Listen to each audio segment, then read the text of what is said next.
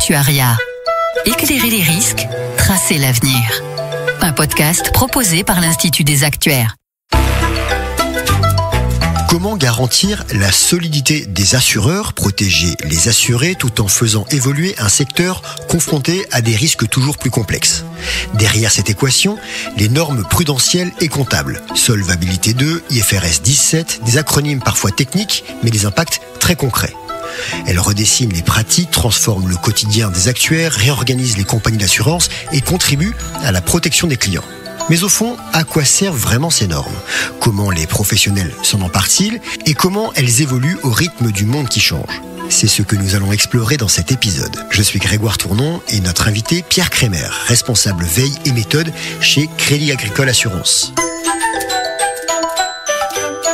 Bonjour Pierre, bienvenue à la Maison des Actuaires. Bonjour Grégoire, donc je suis actuaire, membre de l'Institut des actuaires. J'ai commencé au niveau de l'ACPR, puis et ensuite rejoint le privé pour exercer tout d'abord des travaux en lien avec les missions de la fonction actuarielle, puis la plupart des jobs liés à la sphère finance en assurance, c'est-à-dire le suivi réglementaire, les normes comptables ainsi que le contrôle de gestion.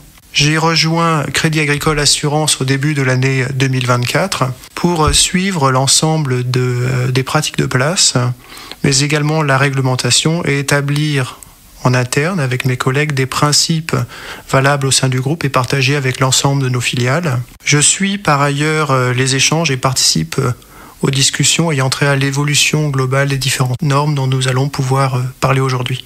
Pourquoi les normes prudentielles et comptables sont-elles indispensables aujourd'hui dans le secteur de l'assurance? Nous avons deux choses bien différentes. C'est-à-dire qu'il y a les normes prudentielles qui définissent un montant de richesse minimale à détenir par les organismes d'assurance pour être bien certains qu'ils sont en mesure, en toutes circonstances, de respecter les engagements qui les lient vis-à-vis des assurés. Pour ça, nous avons Solvabilité 2 qui a trait donc qui fixe un minimum de capitaux propres. Nous avons à côté de cela les normes comptables et en particulier les normes IFRS pour l'international qui définissent un cadre de reporting commun, partagé, permettant de présenter de manière comparable des informations ayant trait à notre performance ou à notre situation financière. Jusqu'en 2016, au niveau français, la plupart des règles propres à l'assurance étaient formalisées au sein du Code des assurances. C'est exactement ça. C'est-à-dire que le Code des assurances comportait à la fois le droit du contrat, il comportait également le plan comptable des assurances et il comportait les éléments relatifs à nos exigences en capital. Tout ceci a évolué. À partir de 2016, suite dans le sillage de la réforme bancaire BAL 2 avec l'adoption de Solvabilité 2 qui a encadré de nouvelles méthodes de calcul du minimum de capital. Puis, à partir de 2023, avec IFRS 17 qui nous a conduit à revoir la manière dont sont comptabilisés les contrats d'assurance. Alors tout ceci répond à trois grands objectifs. D'abord, ces normes permettent la définition d'un cadre commun et homogène. Auparavant, les normes IFRS n'imposaient pas que les calculs relatifs à chaque juridiction soient les mêmes, ce qui fait que les chiffres consolidés pouvaient être parfois difficiles à la lecture, difficiles à appréhender. Ensuite, ces nouvelles règles permettent une meilleure prise en compte des risques propres à chacune de nos entreprises. Les contrats, les garanties financières intrinsèques à nos contrats d'épargne retraite sont bien mieux prises en compte. Par ailleurs, les spécificités propres à chaque branche d'activité sont bien mieux considérées. Je prends pour exemple la structure des placements qui auparavant n'était pas prise en compte sous Solvabilité 1, de même que la charge en capital qui pouvait être finalement la même que l'on garantisse des habitations ou des plateformes pétrolières. Enfin, dernier avantage, ces normes permettent une transparence largement accrue par rapport à ce que nous avions auparavant, ce qui permet de mieux rendre compte de notre situation vis-à-vis des potentiels investisseurs. Comment les actuaires s'approprient-ils ces normes et en quoi cela change-t-il leur quotidien et leurs responsabilités? L'actuaire présente la particularité de se situer à la croisée de chemin sur le plan des compétences, puisqu'il dispose d'une vision d'ensemble des enjeux produits, comptabilité, mathématiques et finances propres au secteur de l'assurance.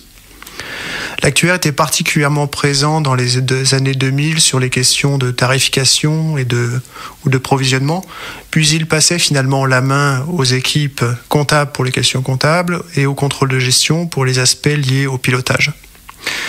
Les normes Solvabilité 2 comme IFRS 17 réclament ces compétences mathématiques et financières poussées pour la préparation des différentes métriques, pour leur explication, pour les prévisions, pour la gestion des risques ou encore pour l'alimentation de la communication financière. L'intervention des actuaires est donc assez naturelle et il se retrouve finalement au centre du jeu. L'environnement réglementaire étant en évolution constante, l'actuaire doit sans cesse se renouveler pour pouvoir servir au mieux les intérêts de son entreprise et bien évidemment des assurés. Son intervention accrue, je dirais, sur les questions de pilotage et bien sûr la richesse des nouvelles métriques réclame notamment de sa part un travail de vulgarisation assez nouveau qui vont le pousser à sortir des aspects purement techniques pour mieux instruire la prise de décision. J'en profite, je note par ailleurs l'évolution qui a été faite au niveau de la formation des profils actuaires, à savoir tout ce qui est NSAIS, FAESUP, CEA, CNAM, EURIA et il m'en manque, qui vont venir largement nous aider pour avancer, en plus des formations qui peuvent être dispensées en interne. On parlait bien des écoles d'actuariat.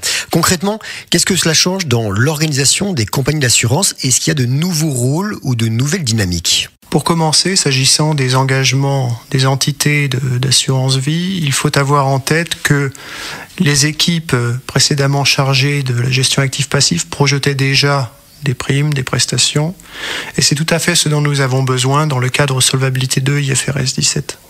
Ces équipes-là sont donc largement impliquées dans les nouveaux calculs comptables et prudentiels. À côté de cela, Solvabilité 2 a réclamé l'identification en interne de nouvelles fonctions clés, que sont les fonctions clés actuariat, gestion des risques, conformité et audit interne, qui sont indépendantes et qui vont rapporter directement aux instances faîtières de l'entreprise. Ces fonctions apportent un recul nettement accru sur l'activité, sur le profil de risque et dès lors sur l'ensemble de nos calculs de Solvabilité 2 comme IFRS 17.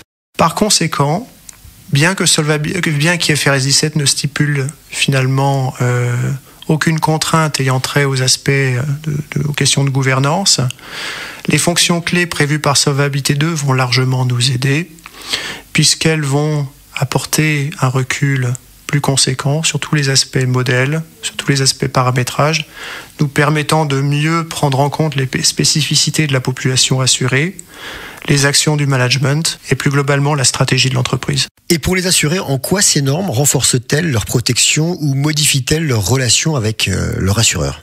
Alors comme je l'ai dit en introduction, la norme Solvabilité 2 vise à assurer, à faire que chaque entité dispose d'une richesse minimale lui permettant de respecter sous différents scénarios de stress ses engagements vis-à-vis de la population assurée. Donc on parle ici de modélisation de risques de catastrophes naturelles, de variation de la mortalité, on parle également de chocs financiers. Ces dispositifs sont complétés de différentes campagnes de stress test initiées par les autorités françaises comme européennes qui nous permettent d'enrichir encore ces exigences, ce suivi des risques d'assurance. Le gain pour les assurés est dès lors plutôt immédiat. IFRS 17 a plutôt par ailleurs pour vocation d'améliorer la communication à l'attention des investisseurs. Les risques et les attentes évoluent constamment. Quel rôle les assureurs jouent-ils dans l'adaptation et l'évolution de ces normes pour mieux répondre aux besoins du marché? Les normes évoluent effectivement sans cesse. De nombreuses discussions sont organisées à l'échelle de la place. Nous parlons beaucoup actuellement de la capacité des assureurs à participer au financement de l'économie, ce qui est l'une des valeurs du groupe Crédit Agricole Assurance, mais aussi l'une des priorités au niveau de la Commission européenne. Nous parlons également beaucoup des questions de durabilité. Par exemple, la charge en capital liée au risque de catastrophe naturelle fait l'objet d'une nouvelle étude, a donné lieu à une consultation qui a été émise en début d'année dernière et qui a donné lieu à un rapport définitif en début 2025. L'ensemble de ces discussions se fait par le biais de consultations auxquelles nous participons bien évidemment, mais également par le biais d'ateliers organisés soit à l'échelle française, soit à l'échelle européenne.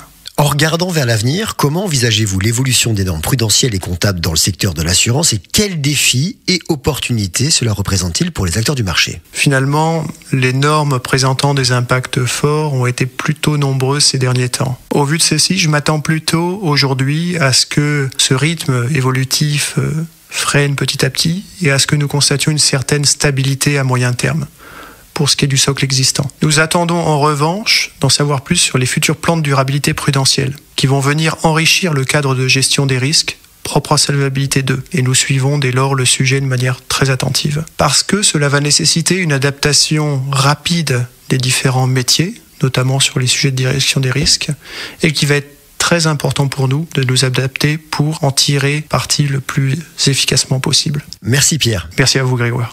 Les normes évoluent, les risques aussi, et les actuaires sont là pour faire le lien, pour transformer ces cadres parfois complexes en leviers utiles et protecteurs.